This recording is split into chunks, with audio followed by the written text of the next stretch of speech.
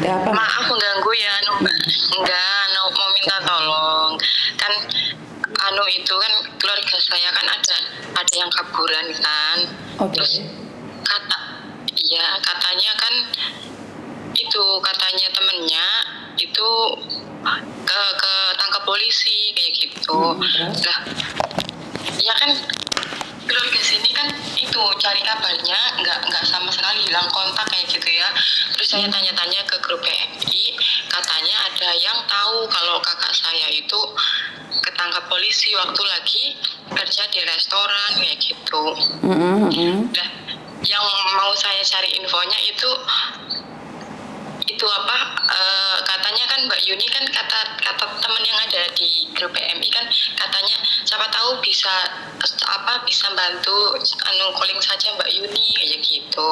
Ya aku hubungi Mbak Yuni mau tahu kalau misalnya kaburan itu apa boleh hubungi keluarganya atau gimana ya Mbak? Oke, satu hal lagi. Ini buat mbak-mbaknya yang ada di luar sana. Kaburan itu pastinya dia waktu ditangkap itu ditanyain mau cari siapa dan menghubungi siapa. Tapi masalahnya kan kalau dia tidak ada nomor saya dan tidak menghubungi saya tidak tahu keadaannya. Dan begitu juga dengan KJRI, dengan kedutaan. Kalau kedutaan tidak dikasih tahu ya nggak tahu. Karena di Hongkong sini tuh berhak untuk tidak memberitahu siapapun, juga berhak menanyakan ke siapapun. Jadi kalau mbaknya yang ketangkep tidak ingin memberikan kabar ya nggak bisa, kita nggak bisa nyari. Oh begitu ya. Betul. Jadi karena banyak anak-anak yang ketangkep itu semuanya laporan ke saya, Miss, saya bisa dibantu nggak? Itu baru saya bisa mencari mereka dan polisi akan telepon saya. Polisi itu akan telepon saya dan bilang, kamu tolong datang ke sini karena kamu disuruh ini. Jadi saya akan catat nomornya baru saya bisa besok. Kalau mereka tidak menghubungi saya nggak bisa Mbak. Dan kedua kalau keluarga pingin mencari bisa, tapi kalau anakku kaburan otomatis kan KJRI juga tidak ada data-datanya dia. Karena itu data-datanya dia kan sangat sulit sekali untuk dicari bagi yang kaburan. Kalau bukan yang kaburan itu pasti bisa karena bisa mencari agennya, bisa mencari majikan. Tapi bagi yang kaburan itu sangat sulit. Oh, biasanya Mbak kalau misalnya kaburan kalau lagi kerja di restoran itu biasanya hukumannya berapa tahun ya? Apa berapa bulan kayak gitu? Oke, sekali lagi tergantung juga ya Mbak ya dari kasusnya seperti apa. Karena satu-satu kasus itu tidak sama. Ada yang dihukum 4 bulan, ada yang tidak perlu dipenjara, ada yang dihukum 1 tahun, tapi ntar bisa keluar lagi. Nah, masalah hukuman itu tergantung amal dan perbuatan ya. Apa yang dia lakukan saya sendiri tidak tahu kriterianya tentang persidangan di sini, karena yang saya pernah ikutin persidangan itu ada yang dipenjara 2 bulan, ada yang penjara 1 bulan, ada yang dipenjara 4 hari, ada yang dipenjara 1 tahun, ada yang dipenjara 15 bulan. Jadi kalau dia sendiri yang tidak mencari kita nggak bisa mencari Mbak di sini. Itu perbedaan orang hilang dan orang menghilang. Kalau orang hilang kan mudah dicari karena dia akan mencari kita. Tapi kalau orang menghilang kan tidak bisa dicari. Pagi. Siang. Duduk dulu Mbak. Paham ya? Iya, yaudah terima kasih banyak ya Mbak. Oke, Oke, terima kasih nggih. Oke. Enggak apa-apa. Waalaikumsalam. Leman gue. Oke, jadi buat teman-teman yang kemarin selalu menanyakan overstay.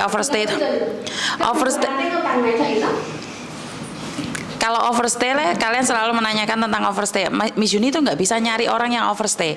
Jadi kalau bukan keluarganya dia sendiri yang mencari, saya tidak bisa mencarinya Mbak. Jadi buat teman-teman jangan berpikir bahwa saya itu bisa mencari, tidak ya. Walaupun kalian rekomendasi ke saya tidak bisa mencari orang yang di penjara. Kecuali orang yang di penjara itu mengatakan pada sipirnya boleh nggak menghubungi Miss Yuni. Nah itu baru bisa. Karena saya sering kali datang dan membesuk di penjara itu karena permintaan yang ada di penjara. Jadi bukan saya ujuk-ujuk datang, tidak bisa. Jadi dulu saya pernah datang ke Dunmun, ke Ngadaoko, ke mana Songsoy, Lowo. Itu saya datang karena atas permintaan. Jadi kalau saya nggak ada permintaan, saya nggak ada. Dan sebenarnya untuk informasi anak yang di penjara, kalau dia anak dalam itu lebih mudah lagi, karena bisa cari agennya, cari majikannya.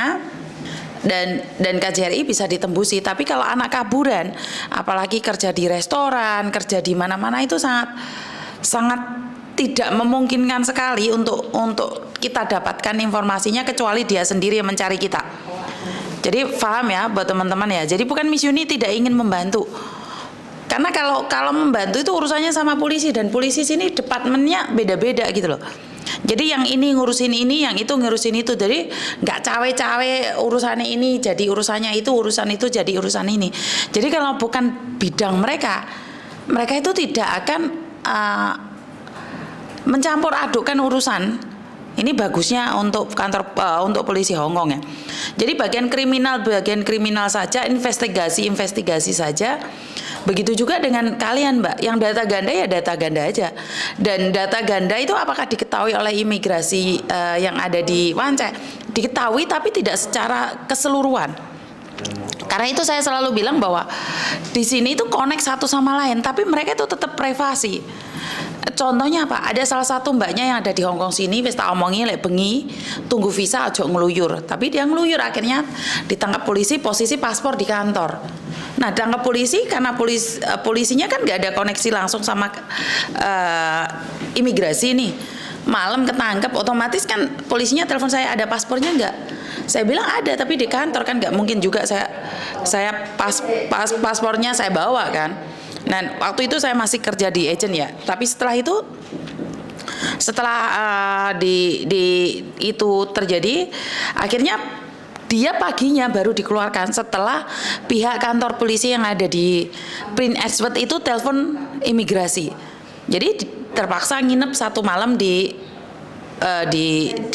penjaranya Hong Kong. Jadi buat teman-teman di luar sana, kalau kalian finish kontrak interminute, jangan berpikir bahwa KTP-mu itu berlaku, Mbak. KTP-mu itu mati. Jadi secara otomatis mati. Kalau kalian KTP-nya masih hidup, berarti kalian masih punya majikan. Jadi kalau ketangkep polisi itu apa sih yang dia lakukan pertama kali adalah ngecek KTP. Kalau KTP-mu sudah tidak berlaku, maka dia akan mengecek paspormu. Jadi bisa difahami sampai di sini ya Mbak ya, perbedaan anak-anak overstay dan anak dalam. Dan itu aja dari saya, selalu semangat, kurang lebihnya saya minta maaf, tidak ada gading yang tidak retak, begitu juga dengan kata-kata saya, bisa dipatahkan, tidak 100% benar, boleh dibantah. Dan itu aja dari saya, kurang lebihnya saya minta maaf, dan wassalamualaikum warahmatullahi wabarakatuh. Berkat Tuhan mengalir atas hidup kita semua, semoga semua makhluk hidup bahagia, dan terima kasih Bapak.